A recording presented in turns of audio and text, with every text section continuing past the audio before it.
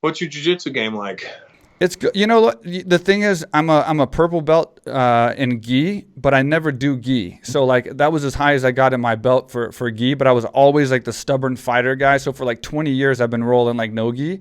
So I do well with Right. like black belts, like medium level black belts, not Brazilian black belts. Like Brazilian black belts murder me, and but like American black belts, like I Oh can yeah, hold yeah. my own with mediocre. Yeah, but with the gi, it's like Yeah, I got a lot I to can learn. handle myself as well. You put me with a black belt, I'm fine. You put me with a Brazilian guy, I'm like, oh boy, they know shit that we don't It's know. crazy. Yeah. Like I've been to Brazil multiple times, and when you go there and roll with those guys, it's like just going to the university, man. You can't even believe the control they have over your body. Like it's so crazy.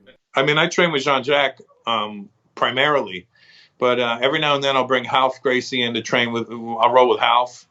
I've rolled with Caesar. I know he's up by where you're from. Hmm. Roll with Henzo. Roll with Hegan. I just had both Roll of with a them on bunch the of, podcast back to back but this those month. guys always just spank me. Yeah, of They course. spank the shit out of me. It's not even like fair. Yeah. But any of the black belts that they've created, I can roll with them, no problem. Yeah, Hegan is like he had one of the best fight or matches in history against Hickson back in Yeah, '86. I mean, I think it was '86. We just had a podcast together, and yeah, he's a legend. And then Henzo, obviously a legend too.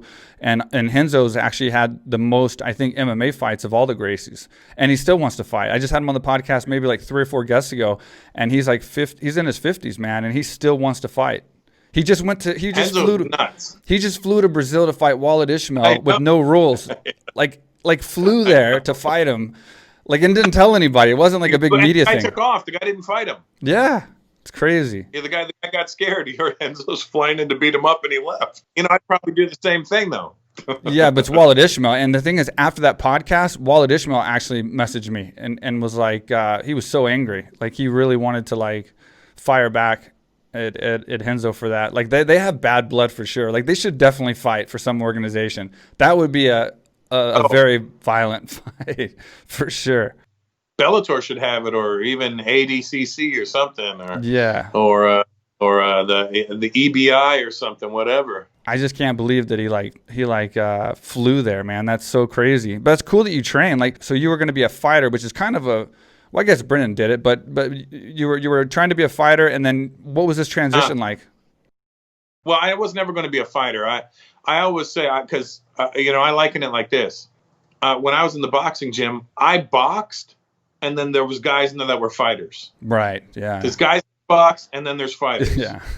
I mean, I was a guy. I loved boxing. I loved going in. I didn't mind sparring. We could bang it up a little bit. You could break my nose. You did. People did. Yeah. I split my chin open a few times. But the difference between a guy like me who boxed and fighters is the fighter is the guy that's going to be like, yo, we're running at 5 a.m. tomorrow. And I'll be like, yo, I'll see you at 3 p.m. at the gym.